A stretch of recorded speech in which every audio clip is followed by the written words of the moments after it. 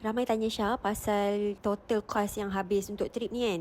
Syah tak kira lagi tau. Syah akan buat satu list lah sekali dengan harga hotel apa semualah. Tapi kita sambung next vlog sebab Syah dah habis dulu vlog ni. Lepas tu baru Syah akan start buat benda-benda detail yang lain lah. Kali ni untuk makan, untuk dinner, kita orang decide untuk makan dekat area dekat-dekat dengan hotel je. Area Susukino Street. So untuk dinner kita orang decide nak redah je lah mana-mana kedai halal yang ada kat Susukino Street ni kan. Yang still open and tak ramai orang lah harapnya. Dah 3 kedai halal kita orang pergi, semua kena beratur minimum 2 jam je. 2 jam untuk beratur sejuk-sejuk ni. Dah lah lapar memang tidak lah. Finally last stop kita orang jumpa juga this one restaurant dekat basement Susukino Street. Nama dia Halal Seafood Restaurant Minami and Chi. Kat sini main dish dia seafood yang fresh and raw macam ni tau. So kalau korang yang jenis macam saya tak makan raw, bolehlah order menu lain macam ale set ni and also wagyu set macam ni. Kedai ni kecil je, dia tak ramai orang lah dalam ni. So waiting hour nak tunggu makanan tu pun kejap je. And owner dia sangatlah peramah ya. Dia rajin nak sembang dengan kita, tapi sebab dia berbahasa Japanese,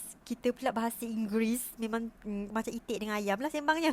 Okay, bagi Syah menu dua-dua ni sedap, especially menu il dia ni lah. Il dia ni dah lah dia letak banyak tau. Kat bahagian bawah il ni nasi tau, atas dia il. Nampak tak berapa banyak il dia, nampak sedap gila kan. Lepas tu sos yang cover il ni dia manis berlemak tau. Dia kena lah dengan tekak Melayu kita ni kan. Sedap sangat tau. Kalau yang ni memang Syah bagi 10/10. Untuk wagyu steak pula, yang ni maybe sebab plate yang serve ni panas sangat, so wagyu tu kan dia dah macam extra well done tau. So macam kurang juicy sikit lah. Tapi overall set ni dia sedap je dengan nasi, sup miso dia sedap je. So kalau korang next time nak datang sini pun boleh. So bila dah kenyang, kita orang jalan-jalan lah area Susukino ni. Sampai dekat area tengah Susukino ni kan, dia macam ada satu jalan tu memang dia reserve khas untuk Winter Fest tau. Untuk winter punya ice exhibition macam ni. So kat sini ada banyak lah berderet ice yang dah di carve untuk kita ambil gambar. Lepas tu dia ada explanation sikit-sikit kat sini. So this is like a few ice yang ada macam ni. Macam ada yang seafood dekat dalam ais. Cantik lah. Ramai lah turis ambil gambar kat sini kan. Next, kita jalan dekat area crossing road ni yang ada signage lelaki ni. Yang ni lampu ni, signage ni sangatlah viral. Kira kalau siapa-siapa yang pergi Sapporo mesti akan ambil gambar kat area. Syah pun tak tahulah apa yang menariknya kawasan ni, tapi kita pun ambil lah gambar sekali kan. Dah lah sampai kan. Next, kita nak cari dessert pula. Dah penat jalan kan, so kita nak cuci-cuci mulut sikit. Syah jumpa satu aiskrim viral kat area Susukino ni. Queue sentiasa panjang je, sebab Syah selalu datang sini untuk shopping kat area Susukino Street ni kan. So tak pernah lah nak pergi singgah aiskrim ni. So kita beratur sama dengan diorang. And dah sampai turn, kita order mix. And Syah order mix and vanilla macam dalam menu dia ni. Bagi Syah, rasa aiskrim dia manis-manis, creamy, berlemak tau. Maybe sebab memang susu Hokkaido sedap kan. Tapi kan sebenarnya signature dia yang lagi sedap adalah dia punya cone. Cone dia sangatlah sedap. Dia macam cookies viral yang kat 7E tu. Sebiji lah rasa cone ni. Habis je berdessert, kita orang sambung shopping dekat Susukino Shopping Street ni. Punyalah banyak kedai kat sini. Diorang kata lebih 200 kedai kat bahagian atas sahaja. Syah tak pasti, Syah tak kira sampai lemah lutut je kita nak round sampai hujung ni. Kat sini boleh lah kalau korang nak shopping barang-barang Jepun, souvenirs. Ada juga jual strawberry, cookies viral yang kat 7E tu kan. Ada lah kat sini. Sini banyak kedai-kedai yang